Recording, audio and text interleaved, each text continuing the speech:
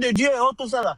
Tout était devenu duplex, étage, parce qu'il avait misé dedans. Il avait pris. On prêchait même pour finir le président Gbagbo dans les églises.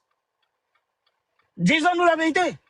Moi, j'étais à Tekoubé. Leader, faut pas faire ce que tu fais là. Non, je te dis, s'il te plaît, hein. mais je te dis ce qui est correct. Moi, je ne veux pas mentir. Moi, je suis chrétien. Hein. Un peu de bienveillance. Pourquoi les gens, quand ils parlent, un peu de bienveillance, ferme ton micro, s'il te plaît. Tu comprends? Où, là? Moi, je te dis, moi, j'étais à Tekoubé, j'étais petit, un peu à Tekoubé, quand il y avait en ce moment la rébellion où les rebelles disaient qu'ils devaient prendre Daloa ou bien Vavoua, quelque chose comme ça. Et ce jour-là, c'était, vous connaissez les églises évangéliques qui ont donné un sujet de prière, puis ça prie et tout ça.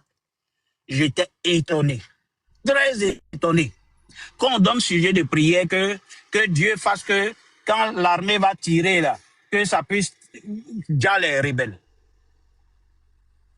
J'étais à l'église, témoin, assis. C'est pas quelqu'un qui m'a raconté. Moi, je suis chrétien. Vous comprenez? Disons-nous la vérité. Bon, je vais pas parler de trucs de nos parents musulmans parce que j'ai jamais été dans des mosquées dont je connais pas. S'ils ils ont des gens qui sont fautifs là-bas, ceux qui ont assisté à ça, ils peuvent venir en parler. Sûrement qu'il y a des gens aussi qui sont fautifs là-bas et tout ça. Mais moi, je te dis, mon expérience personnelle, c'est parti du fait. Kakou Sévérin, lui, il n'a pas voulu envoyer la politique dedans. Il n'a pas voulu rentrer dans la politique. Seulement qu'il a voulu dire que bon, Dieu a choisi lui là parce que lui là, c'est lui qui a écouté la voix de Dieu. Mais lui, il a pris ça d'une autre manière. Il s'en est servi pour pouvoir régner.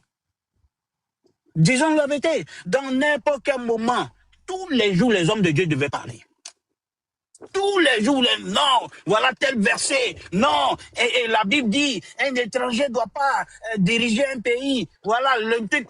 Mais pourquoi à chaque moment il y avait affaire de l'Éternel des armées? L'Éternel des armées a sécurité où? Dites-moi le nom d'un pays, dans le monde ici, un pays où il y a un truc et puis on parle de l'Éternel des armées. À chaque moment, même à la RTI, on faisait sortir les trucs de la Bible pour pouvoir motiver la population. Disons-nous la vérité. C'est à partir de ce moment-là. Aux États-Unis. Aux États-Unis? Ah bon, aux États-Unis, là, bon, en tout cas, ça n'a pas beaucoup d'impact. Hein. Voilà, il sait que le gars, là, il s'en va, il prie, mais les hommes de Dieu, là, ne viennent pas pour dire que, ouais, il faut faire ci, il faut faire ça. Non, ça n'existe pas. Lui, il s'en va sur le cadre personnel. C'est-à-dire que lui-même, là, il s'en va, il prie, des gens viennent prier pour lui, mais ils n'ont pas le pouvoir de pouvoir exprimer ou bien expliquer ce qu'ils veulent. Comme Diamaï, ça se passe chez nous. Chez nous, tu vois un homme de Dieu pense que, voilà, comme il est homme de Dieu, c'est-à-dire que lui, il a tout, c'est-à-dire qu'il peut faire tout, comme il veut, quand il veut. Et regardez, c'est ça, mais même dans les dernières minutes, un Koné Malachi vient, on déroule le tapis rouge aux hommes de Dieu parce qu'ils vont venir dire ce qui leur plaît. Même quand le président Gbagbo, il y a une vidéo où il dit David contre Goliath, là, où on dit vous avez la CEDEAO, vous avez l'ONU. Mais tout ça, c'est quoi? C'est affaire de Dieu? Si ça continue comme ça, on peut rester là jusqu'à demain matin. Hein? Fermez votre micro. Si vous savez que vous ne pouvez pas rester là jusqu'à demain matin, vous avez le choix. Hein? Personne n'a payé votre transport pour que vous soyez sur le panel. Fermez votre micro, merci bien. Donc, vous comprenez? C'est depuis ce temps-là. Regardez, les hommes de Dieu ne parlent jamais. Quand le président Bédié là, était au pouvoir, paix à son âme, personne n'a dit que le président Bédié va prendre le pouvoir. Non. Personne n'a dit que le président Bédié perdrait le pouvoir. Non. Personne n'a dit que Guéhi prendrait le pouvoir. Non. Non. Mais tous les hommes de Dieu qui parlent là, c'est le président Gbagbo. Et maintenant, il y a Soro Guillaume aussi qui veut s'en servir. Disons-nous la vérité. Maintenant, là, comment faire pour que ces soi-disant hommes de Dieu là restent loin de la politique? Comment faire? Parce que pour finir là, ils mènent les populations dans l'absurdité. Est-ce que ce qu'ils disent là, c'est conforme au truc à ce qui est écrit dans la Bible? Est-ce que c'est conforme? Parce que dans la Bible, c'est écrit, faut aimer tes autorités. Faut respecter tes autorités. Est-ce que ce qu'ils disent là, c'est conforme à ça? À moins ce qu'on vient de dire. Parce que même, moi je vous dis, si on veut rentrer dans l'affaire des religions, quand Jésus est venu là, hein, mais la première des choses qu'il a combattu, c'est tout, sauf les hommes qui étaient là, les hommes qui étaient au pouvoir. Vous avez déjà vu Jésus dit, hey, voilà, et les deux, jusqu'à même pour finir, il a tellement respecté que il n'avait pas d'argent, il a dit à quelqu'un, hey, va dans le truc, il y a un poisson, tu as trouvé et l'argent dans sa bouche, tu viens, tu prends, tu as venir payer les impôts. Tellement il respectait. Tellement il respectait. Des gens même lui ont dit que non, actuellement là, tout ce que si tu dis seulement, le peuple va te suivre. Les gens ne voulaient pas payer les taxes, impôts, tout ça. Il a dit à Dieu ce qui est à Dieu, c'est-à-dire le spirituel, à rester dans le spirituel. Et à César ce qui est à César. Dites-moi, quand les gens viennent raconter, prendre la politique pour venir et autres là, dites-moi, est-ce que vous séparez ce qui est de Dieu et puis ce qui est des humains? Est-ce que vous le faites? Moi, je veux comprendre. Je veux savoir. Parce que vous allez créer un antécédent. Des gens vont prendre ça à chaque moment. Regardez par-ci, par-là. Presque en Afrique maintenant, tout le monde, quand on veut se faire aimer et autres là, on s'en va voir un homme de Dieu et autres, qui va venir raconter. Et puis on dit non, c'est Dieu qui a dit. Non, Dieu n'a pas dit. Vous êtes de gros menteurs. Parce que Dieu qui est là, c'est pas un politicien seulement. Il n'est même pas politicien. Parce que ce Dieu que vous priez là, n'a jamais dit, pendant 10 ans que le président Gbagbo était là, il y avait les trucs, gisements baleines qui étaient dans la mer. Jamais ce Dieu-là n'a montré au prophète du président Gbagbo pour dire, ah, monsieur le président Gbagbo, actuellement, comme la Côte d'Ivoire a des problèmes économiques, voilà, et Dieu a dit, si tu mesures tel truc-là, peut-être à 10 km des côtes, et ce côté-là, il y a pétrole dedans, va investir là-bas, les trucs, la Côte d'Ivoire va avoir de l'argent. Aucunement. Jamais. Le même Dieu-là ne montre pas où il y a de l'or, il y a du diamant, où il y a des bonnes choses. Les technologies qu'il y avait, au moment quand le président Gbagbo était là, il n'y avait pas encore Facebook. C'est peut-être vers 2006 qu'il y avait Facebook. Jamais le Dieu-là n'a permis montrer comment il faut faire pour que créer des choses, pour que ça profite à la Côte d'Ivoire. Non. La seule chose que ce Dieu-là, en tout cas le Dieu-là permet, c'est qu'il doit être au pouvoir. C'est tout. Mais votre Dieu est trop politicien. Ce Dieu-là est tellement politicien que pour finir, là, on ne sait même pas quoi dire. Quel est ce Dieu qui ne montre pas ce qui est bon, qui va profiter à tout le monde et qui montre seulement le sort d'une personne, le sort d'un groupe de personnes? Quel est ce Dieu-là? Moi, je veux savoir. Quel est ce Dieu-là qui ne dit pas, OK, voilà une intelligence artificielle, c'était pas encore sorti. Voilà ce qu'il va faire, et puis voilà, marcher. Donc, inventer ça, faites comme ci, faites comme ça, la Côte d'Ivoire va prendre le bénéfice. Pourquoi? Pourquoi votre Dieu là, c'est seulement, non, lui là doit quitter le pouvoir, lui là doit venir au pouvoir. Regardez, quand il y a élection en France, tu les vois, non, Dieu l'a dit que c'est une femme qui a gagné, Dieu l'a dit que c'est un homme qui a gagné. Aux États-Unis, c'est pareil. C'est dit que votre Dieu là, il est seulement que dans la politique. C'est triste. C'est la haine. C'est-à-dire que, et puis en plus de cela, vous envoyez enfants des gens dans l'absurdité. Moi, je trouve que c'est vraiment dommage. Je ne vais pas être trop long, je vais m'arrêter là. Merci bien.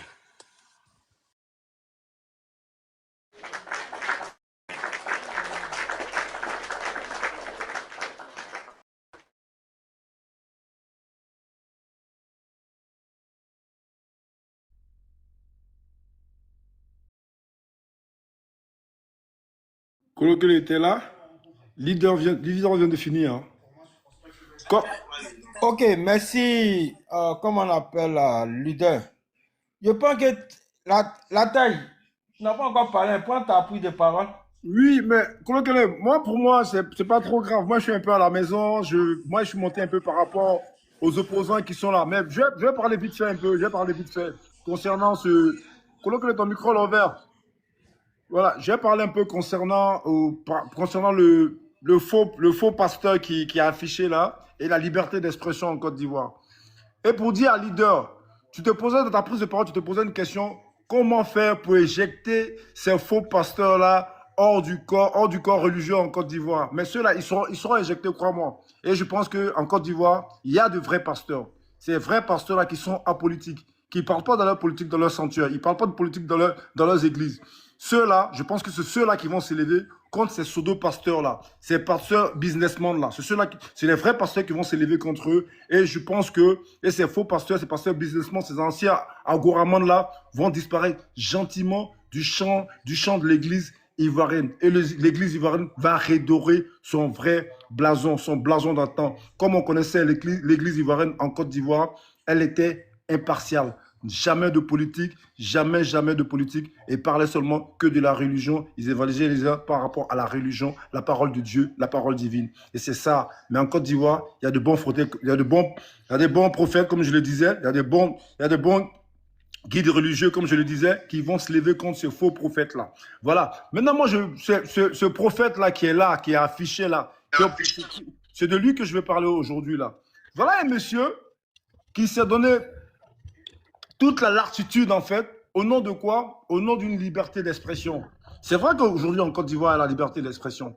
Mais sauf que les gens doivent savoir, cette liberté d'expression-là, c'est pas du libertinage. Liberté d'expression n'est pas synonyme de libertinage. Et malheureusement, pour ces personnes-là, voilà des personnes, malheureusement, qui s'élèvent, qui se donnent à cœur joie, qui veulent parler, qui disent que eux, c'est des prophètes, mais qui n'ont aucun respect par rapport à l'autorité. Ils ont dit où il est. Il dit non, il a fui. L'autre a témoigné qu'il a fui. Donc lui-même. Ton micro l'envers. Mais l'enterrait. Ton micro Mais quand ils ont fini, ils sont venus sur les portes. Coloquez ton micro l'envers. Voilà. Ah, ok, merci.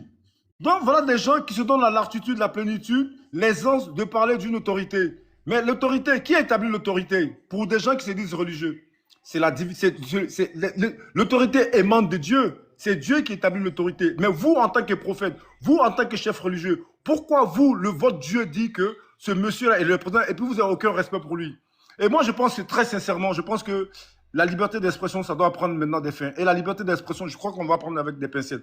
Parce que ces gens de personnes-là, ils ne méritent pas d'être en Côte d'Ivoire et parler de la sorte. S'ils ont envie de parler de la sorte, qu'ils parlent hors de la Côte d'Ivoire. Et même étant hors de la Côte d'Ivoire, moi, j'en appelle aux autorités aujourd'hui d'essayer de faire voies et moyens. Et toutes les personnes qui sont à l'étranger, toutes les personnes qui sont à l'extérieur de la Côte d'Ivoire, qui essaient de salir le président, qui essaie de salir la Côte d'Ivoire, et que le gouvernement essaie de faire maintenant mes pieds pour essayer d'aller pêcher ces personnes-là, là où elles se trouvent. En l'occurrence, des personnes comme Francis, comme ça, par exemple. En l'occurrence, des personnes comme Oxymore, des personnes comme Viliche. Et moi, j'ai envie qu'on parte chercher ces personnes-là. Et ces personnes-là viendront répondre en Côte d'Ivoire de tout ce qu'ils disaient de la Côte d'Ivoire, de tout ce qu'ils disaient du président quand ils étaient à l'extérieur du pays. Et franchement, moi, je ne comprends pas c'est qui ces Ivoiriens-là qui jettent leur pays en pâture comme ça, qui jettent leur pays au diable. Moi, je ne comprends pas. Je comprends pas. Aujourd'hui, franchement, cette liberté d'expression-là, j'ai pas dit qu'elle doit même plus exister. C'est-à-dire que ça doit être un pays tyrannique maintenant. C'est-à-dire que toutes ces personnes comme ça, tout le monde va se tenir à carreau. Parce qu'on parle de liberté d'expression et tout le monde monte et dit tout et n'importe quoi. Et on en a marre maintenant de ça. On en a vraiment marre. Et les chefs religieux là, les prophètes là, rentrez dans vos sanctuaires, rentrez dans vos temples, allez prier la parole, allez prêcher la parole de Dieu, allez prier Dieu. Et c'est ce qu'on vous demande. La politique, boutez la politique hors de vos champs d'action. La politique, c'est pas votre business. Le business politique là, c'est le business religieux là, de politique là, c'est fini. Plus de business, il n'y a plus d'argent qu'on va injecter. L'argent qui sera injecté, c'est pour vous en fait, pour assainir vos cartes de prière et tout. Et ça, c'est la subvention de l'État, comme ça se fait partout dans tous les pays où l'État subventionne les religions. C'est ce qui va se passer. Mais franchement, de grâce, arrêtez de confondre religion et politique. Et tous ces faux prophètes, politiciens, businessmen là, ce côté lucratif de la religion, c'est terminé maintenant. C'est terminé. Il n'y a plus de rentabilité là-dedans. C'est fini. Arrêtez d'emberlucoter les gens. Arrêtez d'endormir les gens. S'il vous plaît, arrêtez ça. Et tous ces faux prophètes là, ils iront répondre. Tous ces faux prophètes qui n'ont aucun respect de l'hierarchie, ils iront répondre. Et voilà. Et pour dire, moi, mes frères chrétiens en Côte d'Ivoire, Et franchement, essayez de vous lever contre ça. Parce que ça ternit la réputation, en fait. Et personne n'est en train de faire un procès contre le christianisme, contre les... Non, personne n'est en train de faire un procès contre l'Église. Mais sauf qu'il y a des gens il y a certaines personnes qui salissent, qui ternissent l'image de la religion. Et c'est valable pour les musulmans. C'est-à-dire les musulmans aujourd'hui. Moi, je ne connais pas dans une mosquée où ils vont presser ce genre de choses-là. Et si dans une mosquée où les gens pressent ce genre de choses-là, moi-même, en tant que musulman, je vais tirer la sonnette d'alarme. Et il y a plein de musulmans qui vont tirer la sonnette d'alarme pour dire que ça, ce n'est pas de votre devoir. Et la politique ne doit pas se mélanger à la religion. Je me mute là, Kolokele. Voilà, merci. Ok, merci. Merci beaucoup. Comment on appelle là? Moi, je voulais préciser quelque chose ici. Je voulais préciser quelque chose. Parce que les gens confondent ces deux choses-là souvent quand ils prennent la parole. Vous savez, en fait, des trucs là, et les pasteurs ou bien soit les musulmans, la différence, un musulman ou bien un pasteur ne doit pas faire la politique dans son église. Mais un musulman ou bien un pasteur ou bien un prophète ou j'en passe peut parler de la situation de son pays. Et en parlant de la situation de son pays, son rôle dans ce cas, c'est de prier Dieu pour que son pays va de l'avant. C'est pour prier Dieu pour que les enfants du pays, franchement, ils deviennent quelque chose ou bien qu'ils arrêtent les choses et que vraiment prier Dieu. Ça, c'est le rôle simple. Mais hormis de faire la politique pour dire que lui, il doit faire, et lui, le président a son pouvoir comme ça, ils font ceci, cela, ces genre de choses-là. Ça, c'est pas le rôle. Le seul rôle dans l'église, c'est de prôner la paix et prier pour le pays. Oh, c'est ça, j'aime pas ça. J'aime pas ça. Tu veux descendre? Voilà. Donc là, pour dire que il peut parler de la situation de leur pays, c'est des humains, c'est des Ivoiriens. Donc, s'il y a les problèmes dans les pays, il peut en parler et prier Dieu. C'est ça, eux, leur rôle. Voilà. Mais faire la politique sur un candidat ou bien prier et dire que, comme ce que type-là a fait là, c'est ça qui est interdit. Voilà. Donc, c'est cette précision-là que je voulais faire. Et après, je vais faire une vidéo pour vous dire comment un pasteur doit parler à l'église. Donc, Mimel, on t'écoute. Prends tes 5 minutes, on t'écoute.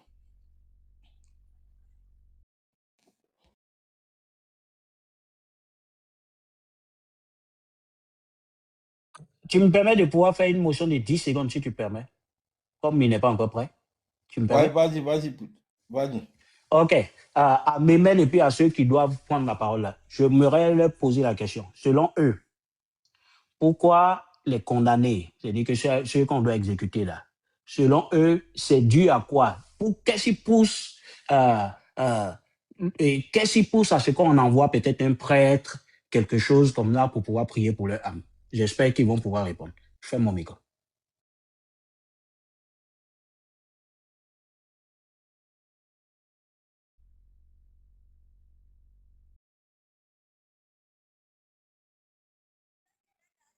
Bonsoir. Je vois qu'il n'est pas prêt. Mimel. Il descend. Il descend. Faut le tège. Il est monté pour signaler. Faut le tège, Kolokele. Tège-le. Non, d'accord. Non, lui, il ne fait pas ça. Donc, on va écouter. Alino, et puis Jojo, là, qui est monté en vent. Oui, j'ai trouvé Alino ici. C'est Jojo. Alino, vas-y, où ton micro? Alino, Sumbi. Alino, Sum. Une fois.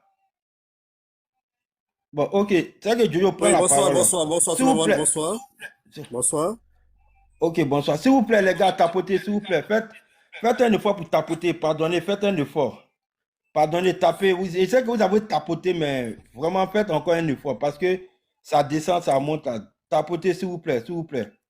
Donc, vas-y, Alino Soum. Moi, d'abord, je voudrais dire bonsoir à tous les Ivoiriens ce soir.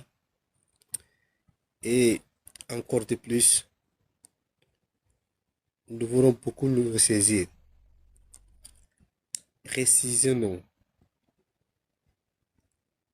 Nous devrons beaucoup avoir la patience et nous pardonner entre nous. Parce que ce débat de ce soir-là, avec la politique là, c'est même pas les mêmes choses.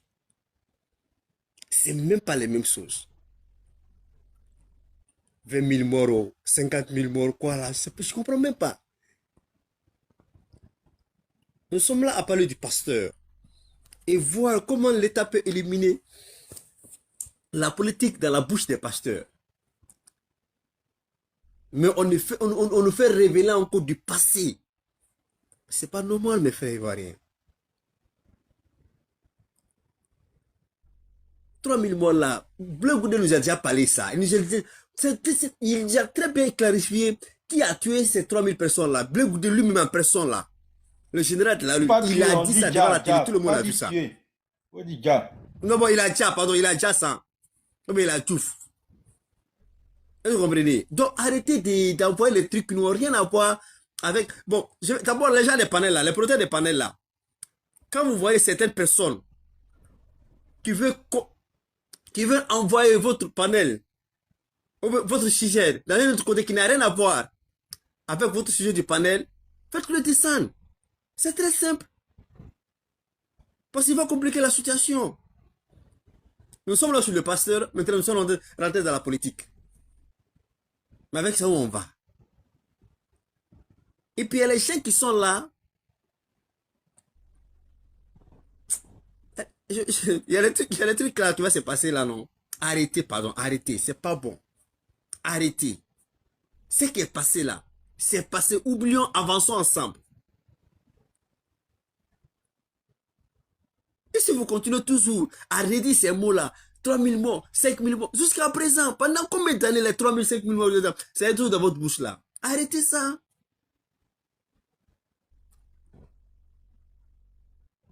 Bonsoir à tous. Bonne nuit.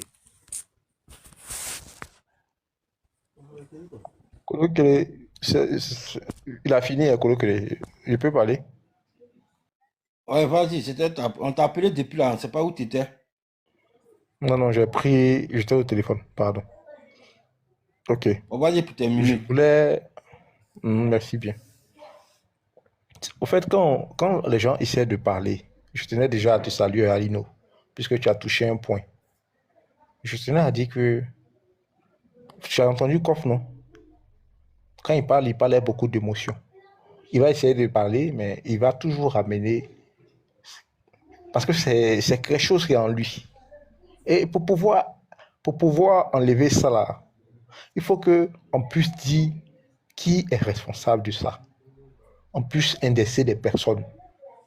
En Afrique, on a cette culture de fuir nos responsabilités.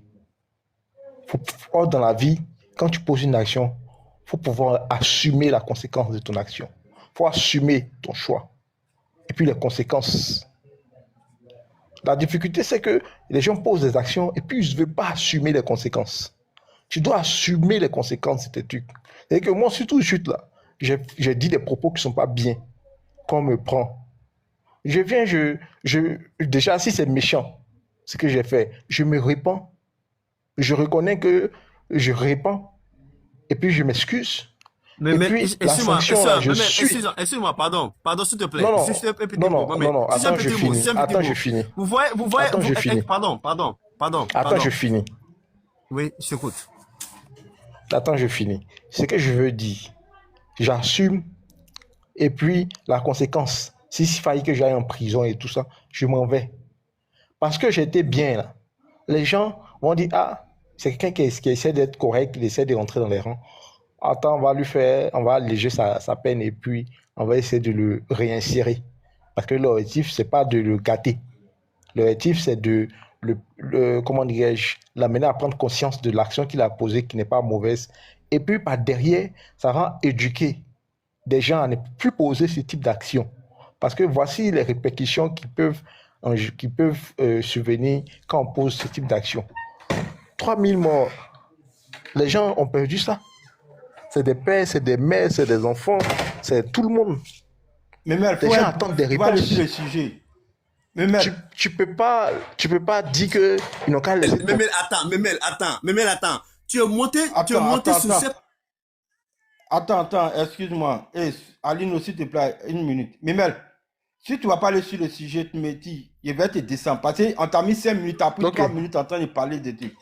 Voilà, si tu n'as pas aller sur le sujet, moi je vais te descendre. On va avancer. Non, je retourne au sujet. Je retourne au sujet. Je retourne au sujet. Je retourne au sujet. Je voulais dire simplement que, effectivement, les propos, le propos du monsieur, en tout cas humainement, ça peut choquer. Ça peut choquer. Mais après, quand tu rentres, parce que moi je suis chrétien, quand je rentre dans la Bible, je vois que il y a des prophètes qui ont parlé à des personnes. Des prophètes, ils ont parlé à des personnes dans la Bible, qui étaient des rois et tout ça. Donc, moi, je ne connais pas sa relation qu'il a avec Dieu. Je ne connais pas. Donc, je ne peux pas porter de jugement par rapport à ça. Maintenant, si les lois humaines disent qu'il a fauté, bon, il y a la justice. De toute façon, il était inculpé. La justice va sur son cours et puis les résultats vont truc. Mais il faut faire attention à ces choses. Il faut faire attention. Parce que si tu es enchaîné, que tu t'es trompé, c'est pas lui que tu as attaqué, hein, c'est Dieu. Donc, de toute façon, tu sauras comment tu as réglé ton problème avec lui. À côté de cela, j'avais entendu Koff qui parlait, et est-ce que c'est bien, est-ce que c'est pas bien? C'est ce que je suis en train de dire là. Nous, on ne peut pas juger. Les propos peuvent être durs, mais nous, on ne peut pas juger. On ne peut pas. On n'a pas cette possibilité-là. On ne peut pas faire parole de Dieu pour lui. Dieu est plus fort que tout le monde. Lui, il sait se défendre. Pourquoi c'est nous à le défendre? Moi, on ne peut pas le défendre. Donc, Dieu me va se défendre. S'il s'est trompé, là, Dieu me va le visiter et puis il va payer les conséquences. Il n'y a pas meilleur juge que Dieu. Maintenant, comme on a des lois, la loi entre sur son coup, mais il ne faut pas se tromper. Moi, c'est tout ce que je dis. Et puis, ce même monsieur, si vous faites attention, en 2008 ou même 2009, il avait dit que la cour va tomber. Vous l'avez applaudi, hein, ce monsieur-ci, là. Vous l'avez applaudi hier, quand il a dit que la cour va tomber. Ne soyez pas amnésique. Non, je suis désolé. Ne soyez pas amnésique. Je suis désolé, les frères. Ne soyez pas amnésique. Je suis Ne désolé. soyez pas amnésique. Non, l'amnésie, là, je crois que c'est toi qui es atteint par l'amnésie. Parce que ce gars-là. Non, jamais attends, il a- s'il te plaît. Attends, il va finir. On va le recadrer si ça de suite là.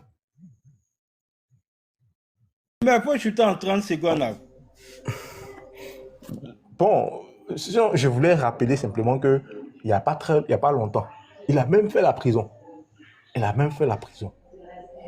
Tu sais, pour les hommes de Dieu, là, s'il faillit, vous ne connaissez pas l'intimité, parce que Dieu va prendre soin de lui, vous ne connaissez pas son intimité qu'il a avec Dieu. Donc, s'il faillit qu'il parte en prison, parce qu'il doit dire la vérité, il dit. Maintenant, si on dit, est-ce qu'il a le droit de se moquer? C'est quand on dit non, là. C'est parce que tu vois que les stigmates de 3000 des gens qui ont été déjà dans la rébellion, pendant la rébellion, ou même pendant les trucs là. C'est ça, les gens, ils n'ont pas eu de justice. Donc, quand ils entendent qu'il y a eu des personnes qui ont porté haut ces réclamants de ça, quand on dit son vent, automatiquement, les gens sont contents. Mais Donc, c'est pas méchant, en fait. S'il te plaît. Ok, mais. Pardon, c'est bon. Merci. Moi, je voudrais parler, puis je vais prendre ma dernière prise de parole avec tout le respect, quoi, chers frères et sœurs. Et c'est grave. Quand on a des gens comme les Mimel dans notre société, c'est difficile qu'on ait une société harmonieuse. Mais malheureusement encore, on a besoin de tout ça aussi pour faire la société. Parce qu'on ne peut pas les rejeter, on est obligé de vivre avec eux. Mais tu es plus conscient que tout le monde, que même les nations occidentales européennes, pour qu'elles soient stables, il a fallu qu'elles arrivent à départager la religion, parce que je n'ai pas envie d'utiliser l'église, mais quoi qu'il en soit, majoritairement ces nations sont chrétiennes. Il a fallu que ces nations arrivent à départager la religion et le royaume. Parce que leur autorité était plus forte que l'autorité du roi qui gérait les nations européennes. Ça, tu en es conscient. Deuxièmement, vous aimez revenir parler de justice. Toi, Memel, en tant qu'être humain, en tant qu'admiratif de la justice, quelle action as-tu menée à l'égard de ceux que tu voudrais voir être jugé ou condamné selon ta vision. Tu n'as pas le cran, tu n'as pas le courage et tu n'en auras pas. Tu n'as que tes yeux pour pleurer. Et la crise ivoirienne, dont vous faites toujours référence, ce n'était pas le sujet, je l'ai rappelé ici, mais je vais faire un petit bref breaking dessus. Si on doit s'en prendre à quelqu'un, bien évidemment qu'on devrait s'en prendre, et lourdement encore, à Laurent Gbagbo. Mais l'échappatoire que vous trouvez, que Laurent Gbagbo a été acquitté par la CPI et que donc il est blanc comme neige. Moi, je vous le concède, mais la douleur reste dans nos familles. La douleur reste dans nos cœurs. Parce que Laurent Gbagbo n'a pas été victime de quoi que ce soit. Il n'a pas perdu quelqu'un. Même la ville de Gagnoa, qui est son village natal, n'a pas été touchée. Chez lui, à Mama, il n'y a pas eu de victimes. Je vais te le dire. Je suis né à Guivéroa. Je suis né à Dinyango, à 15 km de Guivéroa. Je connais toute la région. Quand la crise a commencé, Laurent Gbagbo a mis tous les moyens nécessaires pour éviter que la guerre s'installe à l'ouest, principalement dans sa région natale. Ça, si tu ne le sais pas, moi je te le dis. C'était de l'exclusionniste.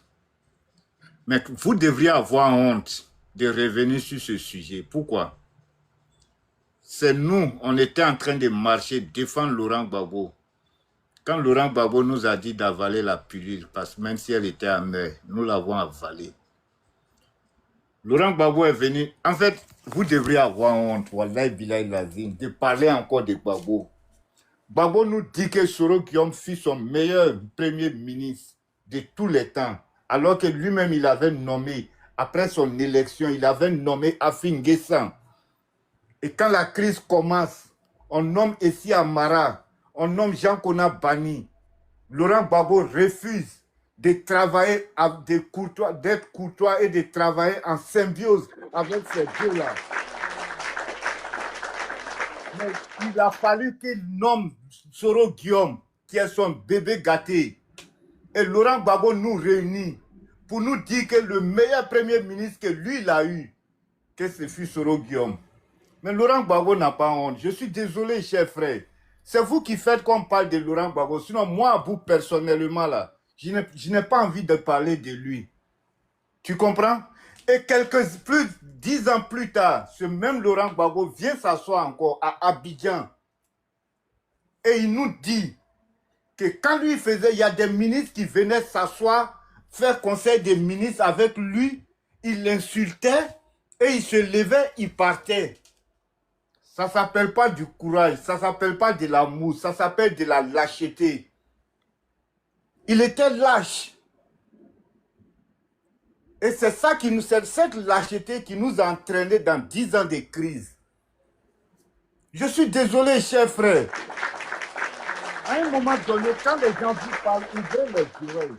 Quand les gens vous parlent, ouvrez les oreilles. Kof, moi je te prends à témoin et puis tu peux avoir les renseignements nécessaires. À Dinyango, chez moi, dans mon village natal, il y a une crise qui est née. Je ne dirais pas interethnique, mais c'était une crise dans le village.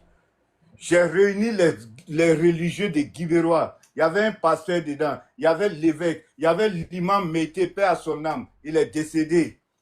Il y avait l'imam Fofana. Lamine Fofana, il y avait mon grand frère Abou Fofana. On est allé voir le député à Dinyango, Blédé Patrice.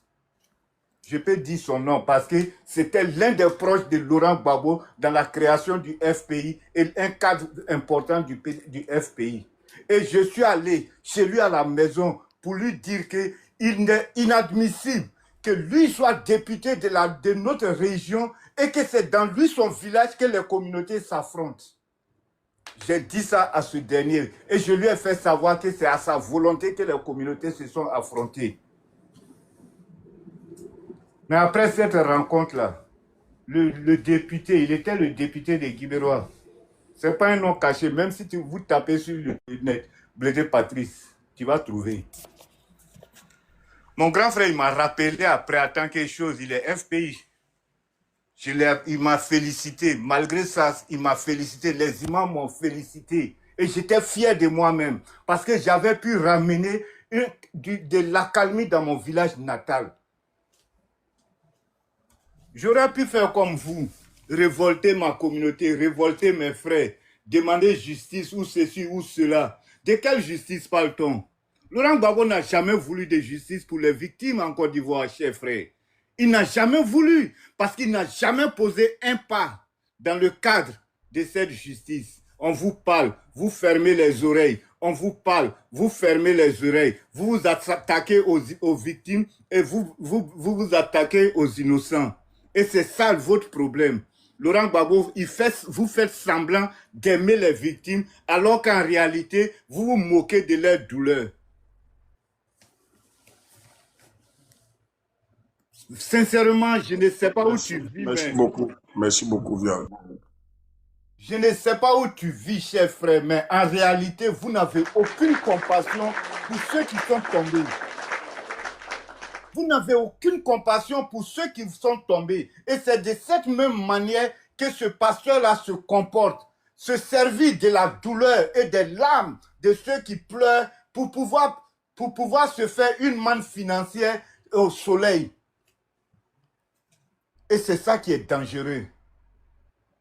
Je l'ai rappelé ici, la Côte d'Ivoire n'a été jamais, en termes de religion, la Côte d'Ivoire n'a jamais été un pays extrémiste en termes de religion. Parce que Houphouët-Boigny a su faire la part des choses. Il n'a jamais invité, en dehors d'une visite, comment on appelle, puisque les cardinaux et puis les évêques, ce sont des ambassadeurs des choses, de l'évêché catholique romain, à savoir de Rome, dans nos différents pays, donc c'est des ambassadeurs. Donc dans ce cadre diplomatique, le président peut les recevoir au palais présidentiel. Mais en dehors de cela, le président Houphouët-Boigny, il se déplaçait pour aller à l'église catholique, à la cathédrale d'Abidjan, aller faire ses prières et puis revenir à sa résidence. Mais Laurent Gbagbo invitait les pasteurs chez lui à la maison pour venir faire des séances de prière. Le président Alassane Ouattara, aujourd'hui, le vendredi, il prend sa voiture, sa garde, ça coûte ce que ça coûte, il se déplace, il va à la Riviera, il fait sa prière comme un fidèle. Il se rabaisse au même niveau que les autres musulmans, il fait sa prière, il prend sa voiture et son cortège, il repart à la maison ou au palais pour aller faire ses activités. C'est ça on dit la laïcité. Il considère les chrétiens au même titre que les musulmans. C'est de grâce. Ne venez pas détruire l'harmonie de la Côte d'Ivoire. On vient de loin. On vient de loin, Memel. Arrêtez, s'il vous plaît. Arrêtez. On a trop souffert. On a trop souffert.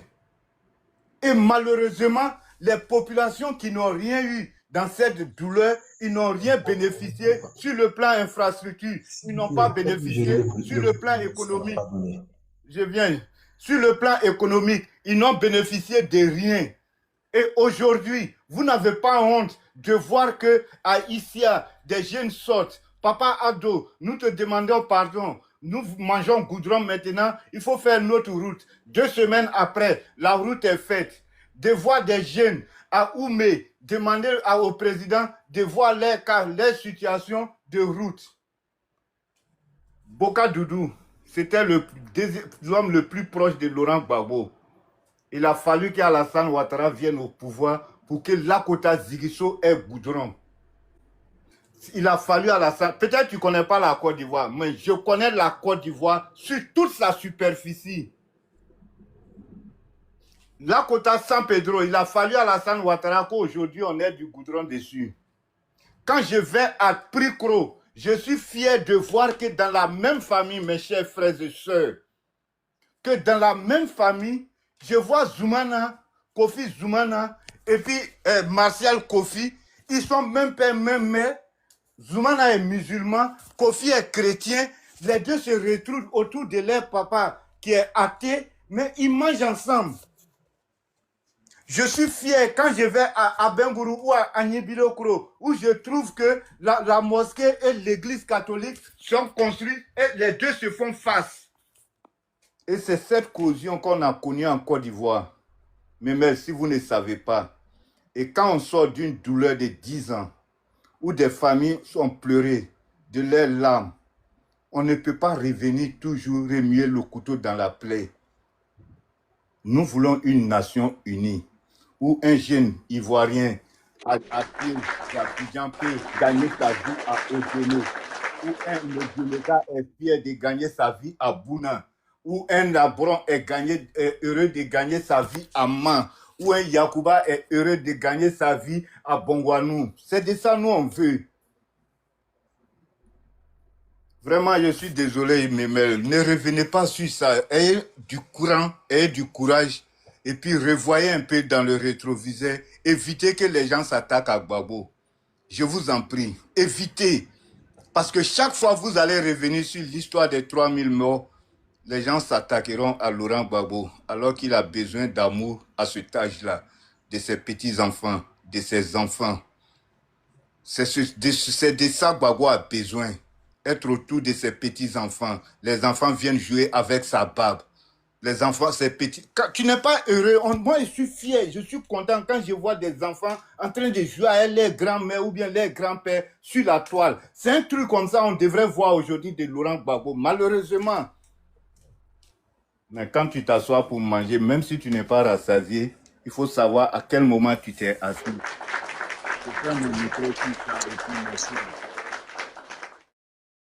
Et puis, quand je vais descendre à rien.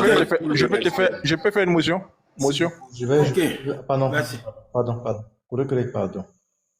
Depuis que je suis arrivé, pardon, je n'ai pas encore pris la parole. Oui. Moi, D'accord, vas-y pour ta prise de parole. merci beaucoup. Le grand frère Abou, tu as bien parlé. Vraiment, merci beaucoup. Effectivement, c'est de cette même paix-là, ou plutôt de cette même tranquillité dont vous êtes en train de parler là. C'est de ça que tous les Ivoiriens ont besoin. Mais il faut savoir aussi quelque chose. Lorsque nous avons parlé, ou plutôt lorsque les médias ont parlé de 3000 morts, ou bien je ne sais pas, de 5000 morts, ils ont cherché à avoir un coupable. On ne va pas parler de politique, hein. On ne parle pas politique, on parle de ce que le pasteur a fait. Mais je vais juste brosser là-dessus pour dire qu'ils ont cherché un coupable. Lorsqu'il y a eu un nouveau gouvernement, qui a été le premier coupable? C'était Laurent Gbagbo. Il ne faudrait pas être lâche, il faudrait le dire.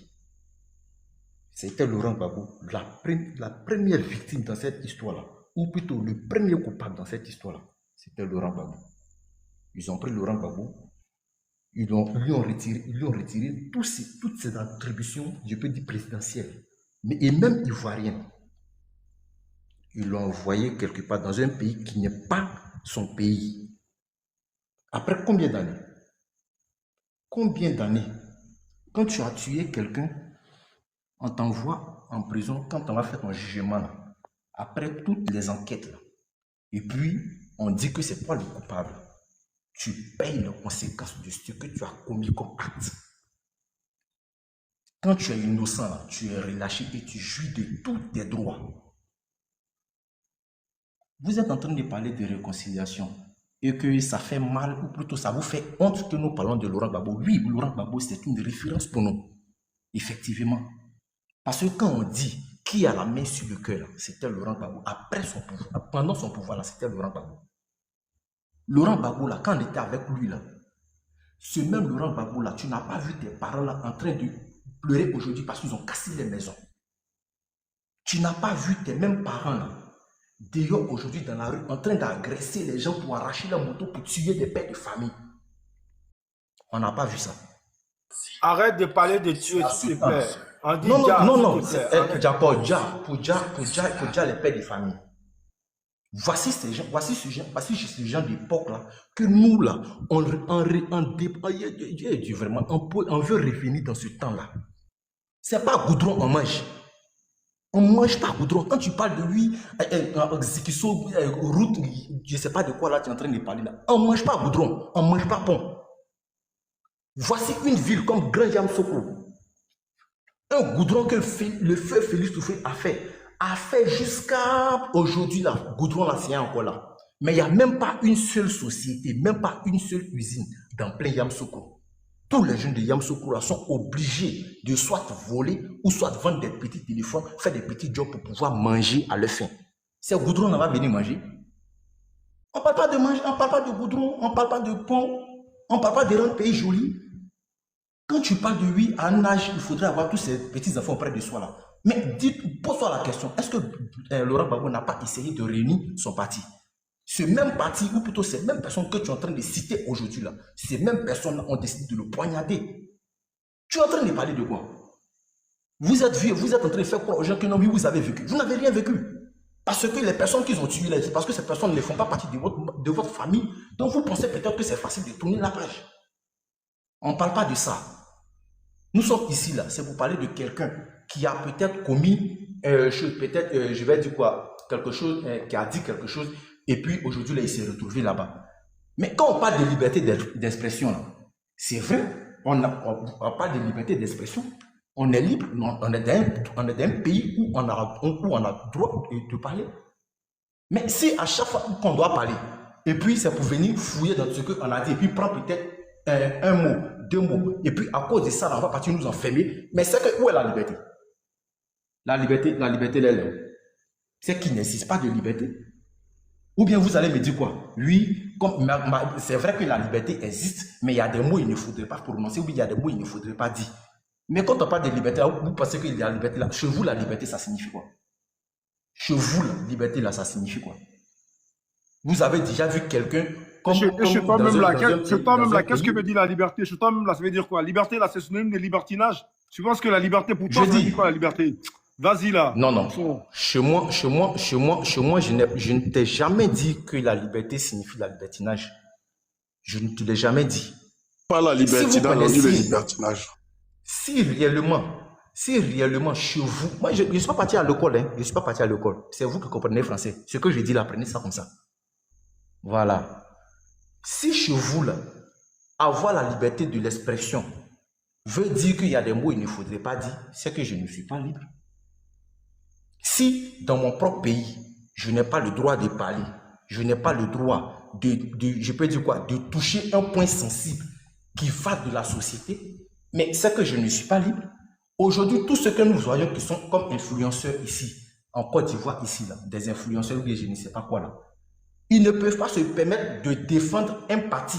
Parce que dès qu'ils défendent un parti, automatiquement, ils sont poursuivis. Du jour au lendemain, on vient, on les enlève, on va les enfermer. On ne peut pas aussi proclamer aussi pour dire non que oui, on a besoin aussi de notre droit. Quand on parle de droit, on te prend, on t'enferme parce que toi, tu n'as pas droit dans ce pays. Non, Jojo, t'es pas honnête comme personne. Hein. T'es vraiment pas honnête. Non. Je suis désolé. La taille, tu te calmes. La taille, il a déjà fini. Non, c'est un ministre en train de finir. Tu te calmes. Vas-y, t'es un ministre en train de finir. Pardon. Hein? Voilà. Ça fait 2 fois. Pour ne pas être malpoli, je décide de vous laisser chuter avant de parler. Voici ce qu'on appelle la liberté d'expression. Mais quand tu es en train de parler, puis tu coupes comme ça, c'est que c'est chaud, c'est de l'impolitesse. Excusez-moi de le dire. Je n'ai pas envie de rentrer dans tout ça. Le monsieur, moi je pense qu'il a dit quelque chose qui est essentiel. Est-ce que vous avez bien écouté? Est-ce que vous avez bien écouté son message? C'est-à-dire, ne prenez pas les 2 minutes, 3 minutes de ce qu'il a dit pour faire de ça toute une histoire. Mais il a fait, je peux dire quoi, un bilan. Le monsieur a fait un bilan. Il a bien détaillé. Et il a commencé à un point pour arriver à un autre point. Donc, ne prenez pas seulement de celui du milieu là pour en tirer toute une histoire pour dire non que oui, il a dit ça là, donc c'est à cause de ça. Son temps est fini. Il faut nous donner parole, nous on va avancer. Son temps est fini. Non, il y a des trucs, on n'a qu'à arrêter ça, c'est pas normal. Okay. Quand le monsieur Abou est en train de parler, là, vous avez monopolisé près de 10 minutes pour lui. Jojo. Là, on n'a pas parlé. Jojo. Vous voyez? Jojo, ok. Pas sérieux. Merci, on t'a écouté, voilà. Quand tu veux parler, passez-moi, j'allais lire. Forcément, même, viens parler, ça c'est forcé. Est-ce qu'on a besoin de demander encore si tu vas parler? Merci beaucoup. Vas-y. Vous savez, souvent, Si Kof n'a pas parlé, moi j'ai porté plainte contre lui. Il était pas. Il a frère. Merci, commandant chef, connaît la fille. Non, faut monter. Si tu montes pas, faut plus verser ce panel là. Mais s'il vous plaît, Kof, s'il te plaît, une minute. Je vais parler à mes mecs qui étaient en train de la... Mais il faut l'appeler. Ouvre ton micro, tu vas appeler ton gars là. Parce que tu étais en train de cautionner ce qu'il était en train de dire. Donc, appelle-le s'il te plaît. Il faut qu'il ait qu'à monter. Mémel n'a pas cautionné cette fois-ci. Mémel n'a pas cautionné. Il n'a pas cautionné. Il y a bien les commentaires, Mémel n'a pas cautionné. Non, c'était un angolpin, il faisait Kof, laisse. Ce qu'il écrit dans le commentaire, c'était un angolpin. Sinon, dans le fond, il le soutenait. Donc, Jojo, tu montes ou bien tu montes plus sur ce panel-là, on te bloqué définitivement. Donc, il faut nettoyer ce qu'il a dit là, puis on va avancer.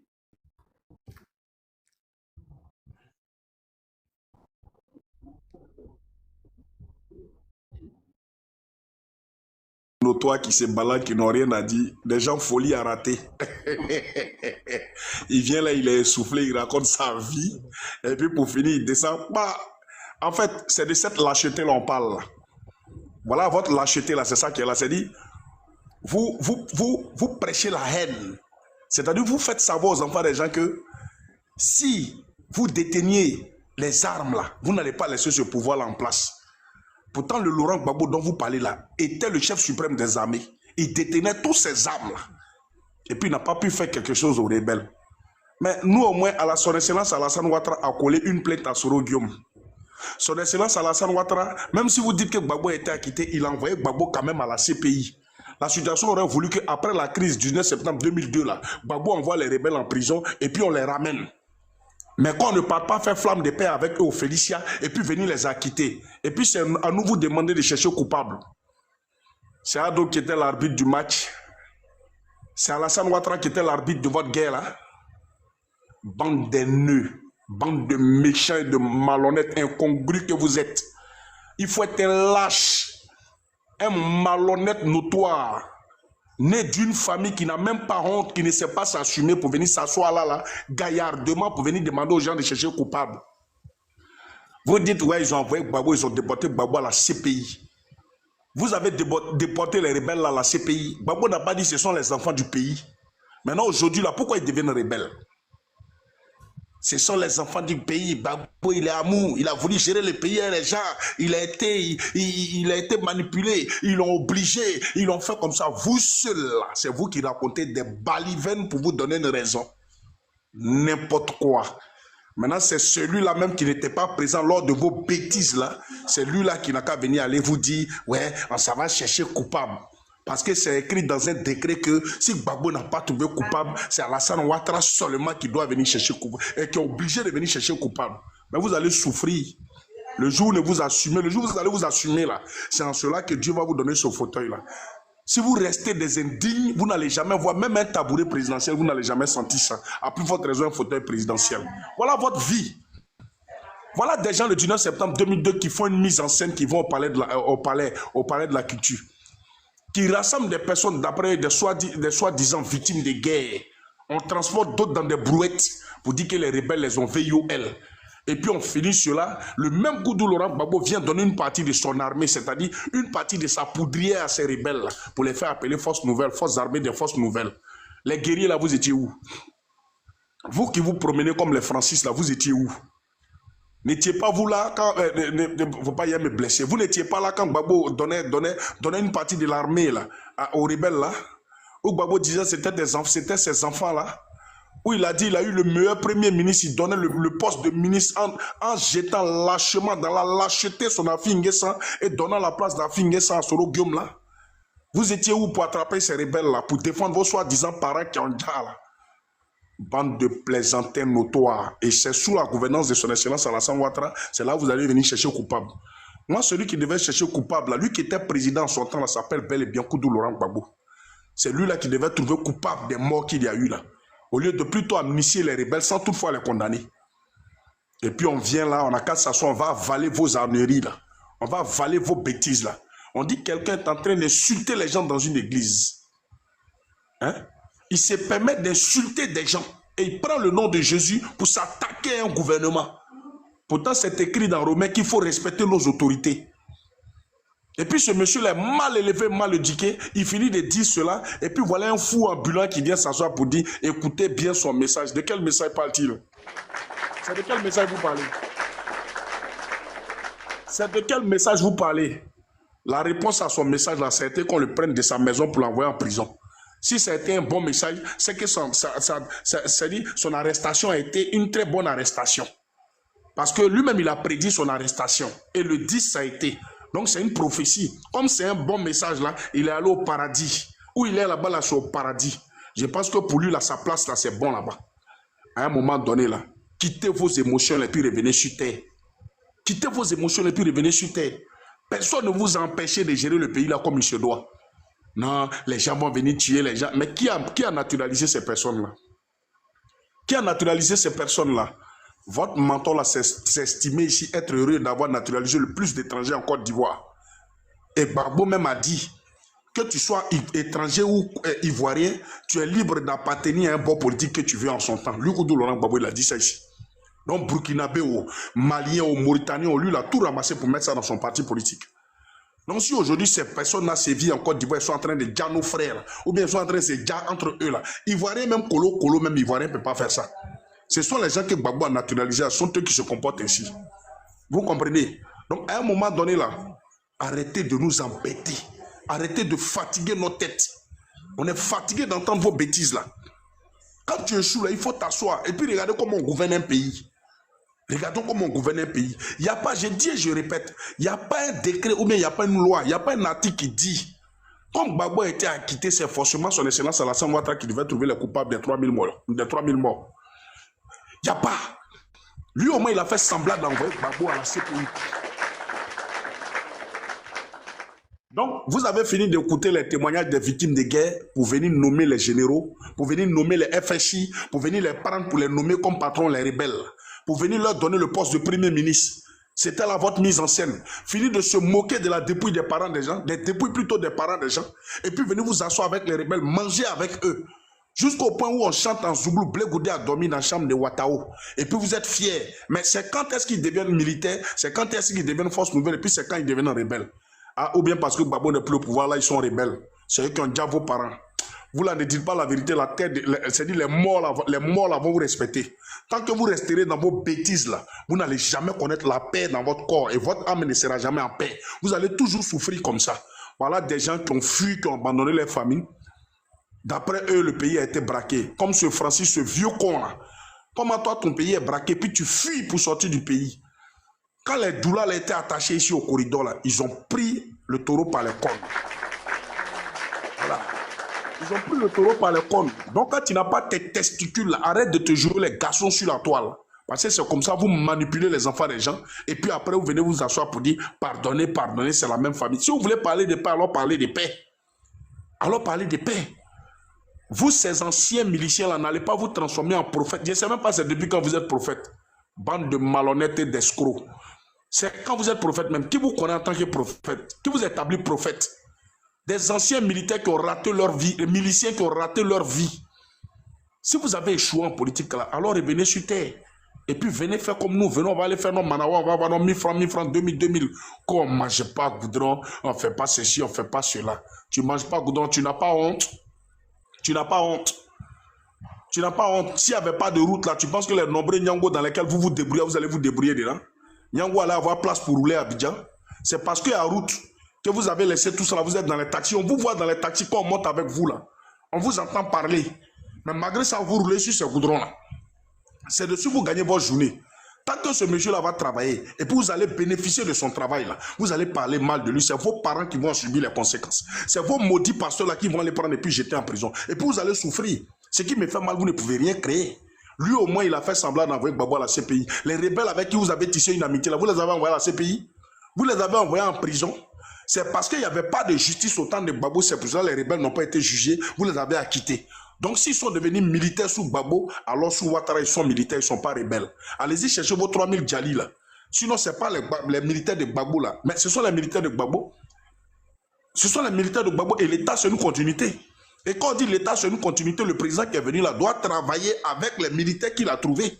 Et les militaires que Gbagbo a initiés, et il a félicité, il a fait flamme de paix avec eux là. Ce n'est pas Ado de venir les arrêter. Si Gbagbo ne les a pas arrêtés, pourquoi Ado va les arrêter? Si Gbagbo ne les a pas arrêtés, ce n'est pas Ado qui a les arrêter.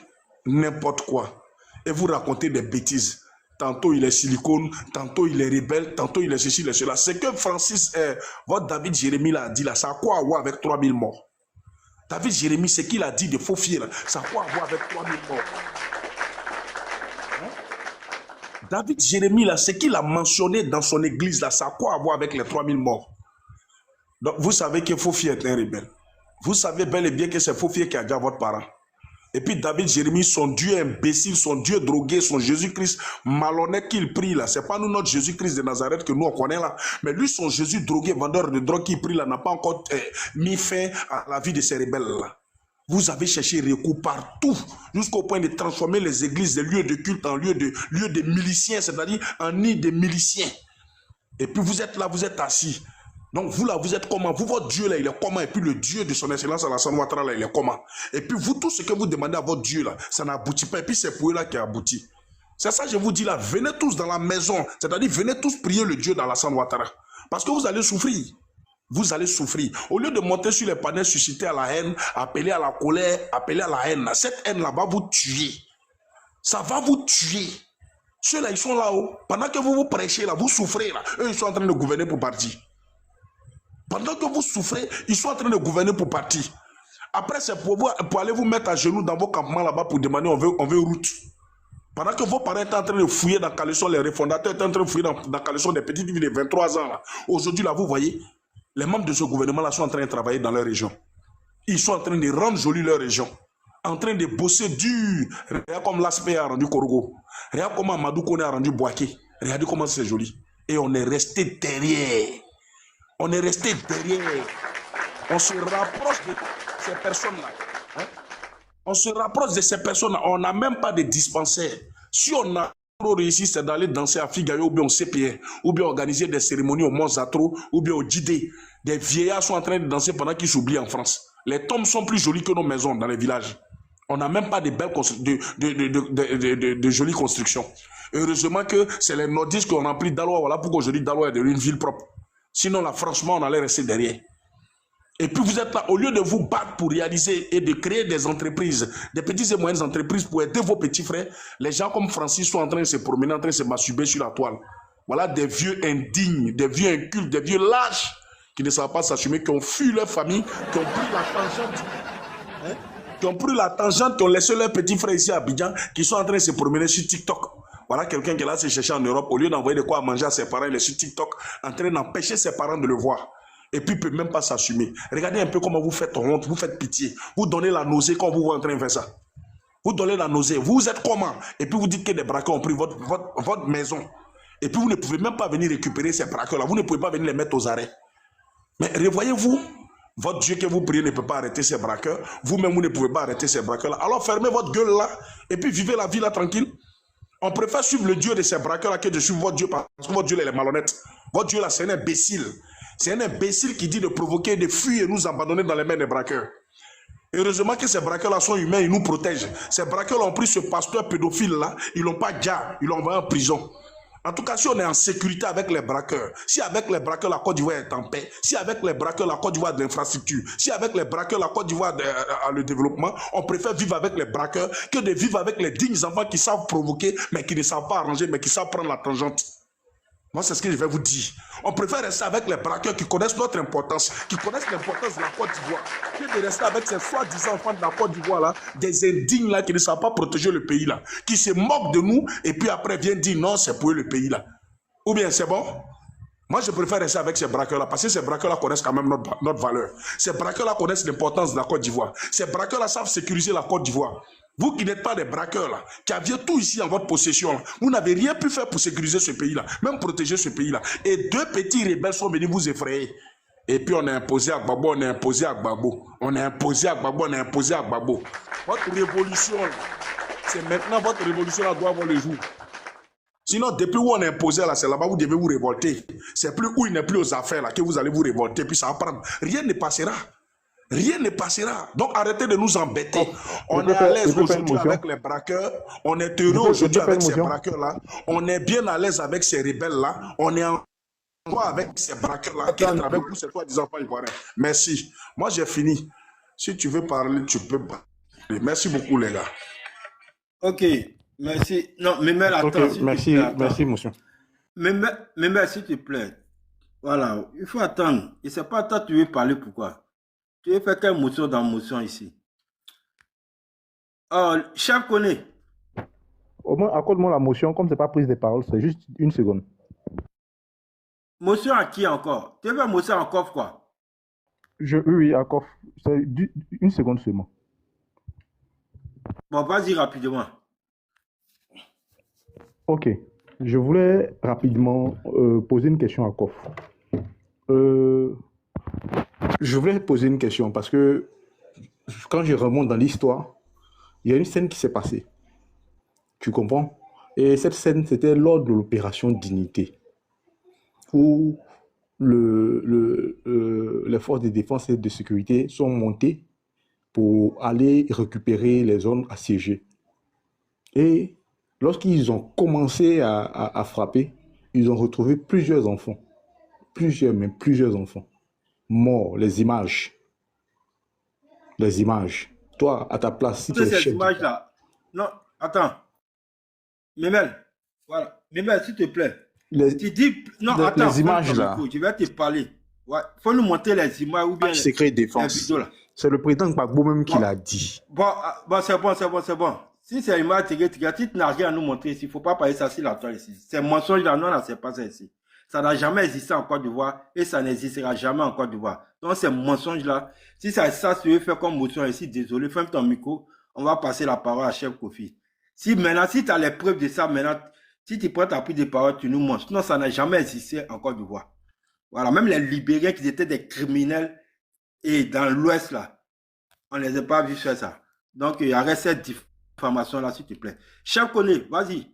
Voilà. Tu ne peux pas tenir ces gens de propos sans voir preuve et dossier classé secret. Tu nous prends pour les enfants. Bonsoir la famille. Chef Koné, vas-y. Bonsoir la famille. Tu sais, mon petit là, il a toujours lavé ma gorge. Hé, Kof, quand il passe comme ça, on n'a plus rien à dire. Mais c'est pas grave. Bien sûr. Voilà, vous savez, la répétition est pédagogique. Hein. Voilà, le mal, il est profond. Le mal, il est très profond. Regardez ce Memel là. En réalité, vous allez regarder son âge, vous allez voir que celui-là même là, il n'a rien à dire. Parce que il est une victime parmi tant d'autres. Voici des personnes à qui on a fait croire des choses qui n'ont jamais existé. Est-ce que Memel ici, tu peux me donner le nom d'un seul élève de Gbagbo Laurent? Un seul élève qui l'a enseigné étant professeur. Parce que c'est ce qu'on nous a dit. Regardez au monde, quel est cet homme qui a été à la tête du pouvoir, même s'il a été paysan, mais au moins son parcours, là, on doit connaître. Non, je peux te dire voilà. Non, hein. Oui, et puis maintenant, si tu nous donnes ça, nous d'aller checker et puis vérifier. Et ce dernier-là, je sais qu'il n'était pas le seul dans la classe. Voilà, parce que tu peux me donner le nom de ton grand frère. Mais ton grand frère là, il a fréquenté avec qui et qui étaient ses compagnons d'école. C'est aussi ça. Parce que le mensonge là, il est facile de mentir, mais il est très difficile de soutenir le mensonge. Voilà. Donc tout à l'heure, tu vas me donner le nom. Et prépare-toi et sois sûr, parce que ça là, c'est pas quelque chose, ce live là, il est enregistré. Voilà. Et j'aimerais ici dire à tout le monde qu'aujourd'hui, je ne sais pas ça dit, quel est le but même de nos disputes. C'est vrai que les panels, on doit échanger, mais ces gars-là, franchement dit, c'est pas la peine. C'est l'horreur, en fait. Voici un parti. Voici des partis qu'il faut, ça dit qu'il faut supprimer une bonne fois pour toutes.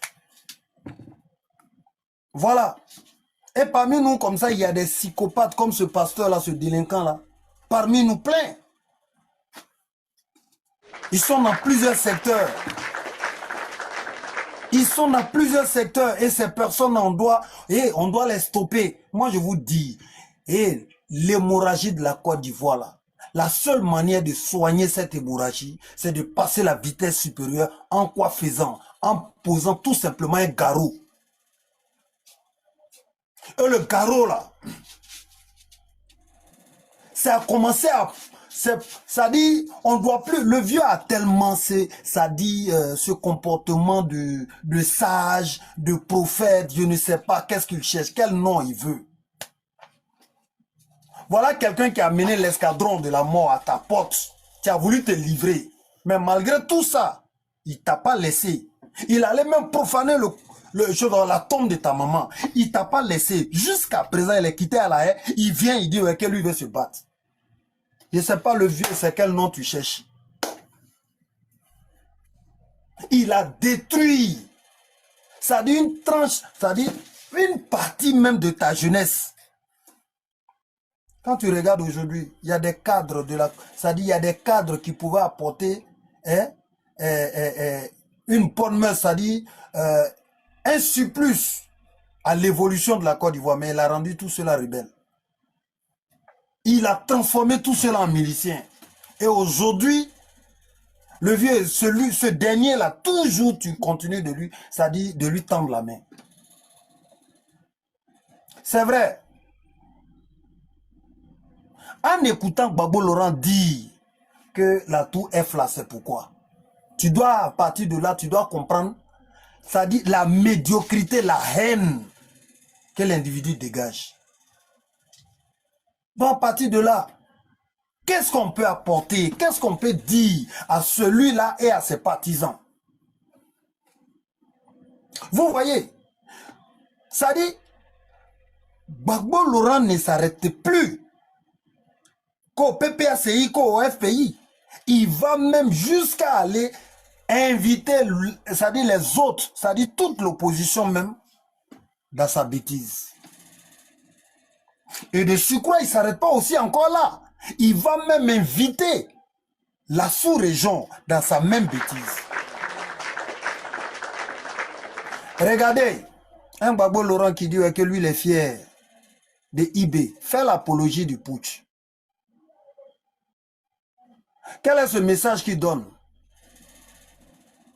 Quel est ce message qu'il donne? Mais un homme dangereux comme ça, et on le laisse comme ça en liberté. Aujourd'hui, vous êtes en train de demander, oui, 3000 morts, 3000 Djali, c'est rentré, c'est sorti. Est-ce que vous aimez Gbagbo Laurent? Et si vous voulez, là, on peut aller, hein. Mais on ne peut pas. Chef Koné, excuse-moi, pardon, je reviens là, je vais passer des coups de fil là, je reviens. Comme Chef Koné est là pour assurer l'intérim, voilà, on est ensemble les gars, tout à l'heure, je reviens. Ok, on est ensemble, Kof. Comme vous êtes en train de dire aujourd'hui, à nous, vous dites aujourd'hui, que non, les 3000 Djali, c'est rentré, c'est sorti. Est-ce que vous êtes prêts? Vous avez le cardio? Parce qu'il y a beaucoup encore qu'on voit, qu'on connaît, dans même Côte d'Ivoire là. Il y a plein qui ont fui parce que ouais, ça a tourné de camp. Tout ce que vous voyez aujourd'hui en Europe, sinon, depuis quand Gore va quitter pour aller à l'aventure? Le Gore de nature même n'est pas aventurier. Mais c'est à cause de la crise que beaucoup se sont trouvés en Europe. Ça, c'est une vérité, il faudrait qu'on se dise. Et ils sont là-bas en train de piailler. Il faudrait qu'on se dise la vérité, hein, les frères. Ce que vous êtes en train de chercher là, ça va vous dépasser, mais on ne pleure pas. Non, il y a eu deux fronts, et celui qu'on a jugé, c'est Gbagbo Laurent qui est victime. De quoi nous parle le test? Lorsque Gbagbo se dressait sur la pelouse à Boaké et puis il disait hier à Soro Guillaume, aidez-moi à remercier Soro Guillaume qui a accepté de faire le jeu. Ah, risquer la vie des gens, c'est faire le jeu. La crise dont tu parles là, c'est de ça que Gbagbo parle. Blé Goudé vous a dit ici, si Gbagbo Laurent est fâché, si Nadi Bamba est fâché, que vous lui avez dit que pourquoi lui il a demandé à Soro Guillaume de désarmer. Est-ce que le son est bon? Quittez ici sur les panels, allez-y porter plainte contre Blé Goudé parce qu'il a diffamé. Cette vérité là, c'est pas rentré dans votre oreille. Non, les rebelles, les rebelles. J'ai dit, Blé Goudé dit que lui, il a dit seulement à Soro Guillaume de désarmer. Pour ça, là, on lui a mis à genoux. Vous dites quoi? Venez ici.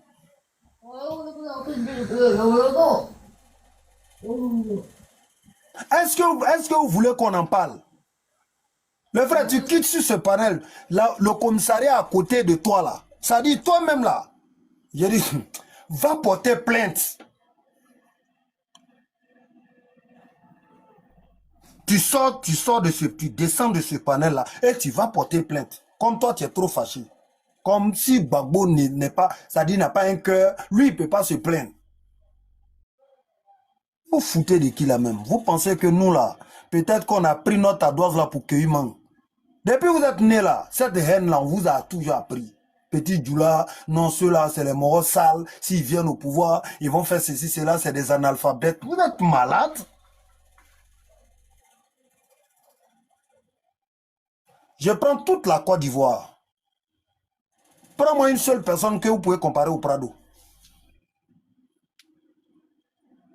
Une seule personne qui a le parcours du Prado. Même en dehors même du pouvoir présent, ça dit, du pouvoir d'élite, ça dit, du fauteuil présidentiel. Donne-moi une seule personne qui a eu les relations du Prado.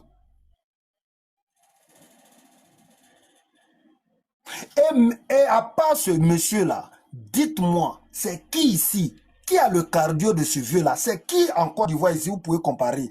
Je parle même pas, je parle pas du RHDP. Hein. À part le RHDP. Dites-moi qui en Côte d'Ivoire vous pouvez comparer aujourd'hui au Prado? Parce que depuis qu'il est arrivé, parmi vous, on n'a jamais vu quelqu'un ici venir donner des bonnes, ça dit un plan de développement, un programme efficace auquel même le fils l'ivoirien lambda peut avoir confiance. Arrivé à un certain moment, ayez pitié des gens, ayez pitié de vous-même. J'ai dit sur ce panel, qui est garçon pour aller relever le défi que Blé Goudé a placé sur la table? Qui est garçon parmi vous? Hé, tu quittes ici, frère. Faut arrêter d'échanger avec nous. Va et puis tu dis à Gbagbo Laurent que voilà ce qu'on nous a dit hier sur panel. Voilà ce que nous là on nous a dit sur panel. Portez plainte contre Blé Goudé. Blé Goudé est là, Mbappé, il est là. Le petit il est tranquille. Souvent même il se promène, il va au champ. Vous avez détruit l'avenir même des enfants des gens. Déjà les gens en désordre.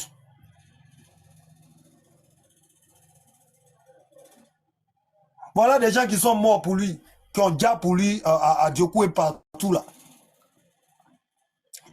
Il sort, il va dire aux gens, aux parents de l'Ouest, que non, vous là, vous êtes morts pour vos terres. Et que ce n'est pas à cause de lui, Gbagbo.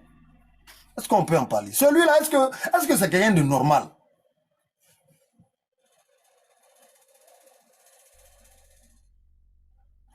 Comme vous trouvez que l'AES, c'est un pays, c'est une position qui est tellement propice. Là-bas, là, ils sont tellement, vous, peut-être que la Côte d'Ivoire ici, il n'y a pas trop de liberté. Mais déménagez dans l'AES.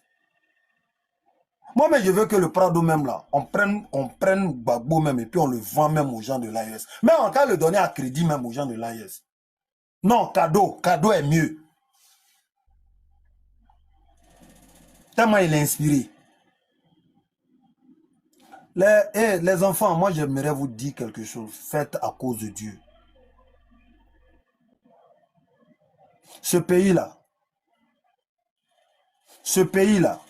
on n'a jamais eu une bénédiction comme de la manière nous l'avons eu. Même le père Félix Houphouët-Boigny, quand c'était chaud là, quand c'était chaud sur lui là, il a fallu qu'il fasse appel à quelqu'un. Et cette personne, c'est celui-là qui nous gère aujourd'hui. Venez nous dire ici que tout ce que nous sommes en train de dire ici, que ce n'est pas vérifié.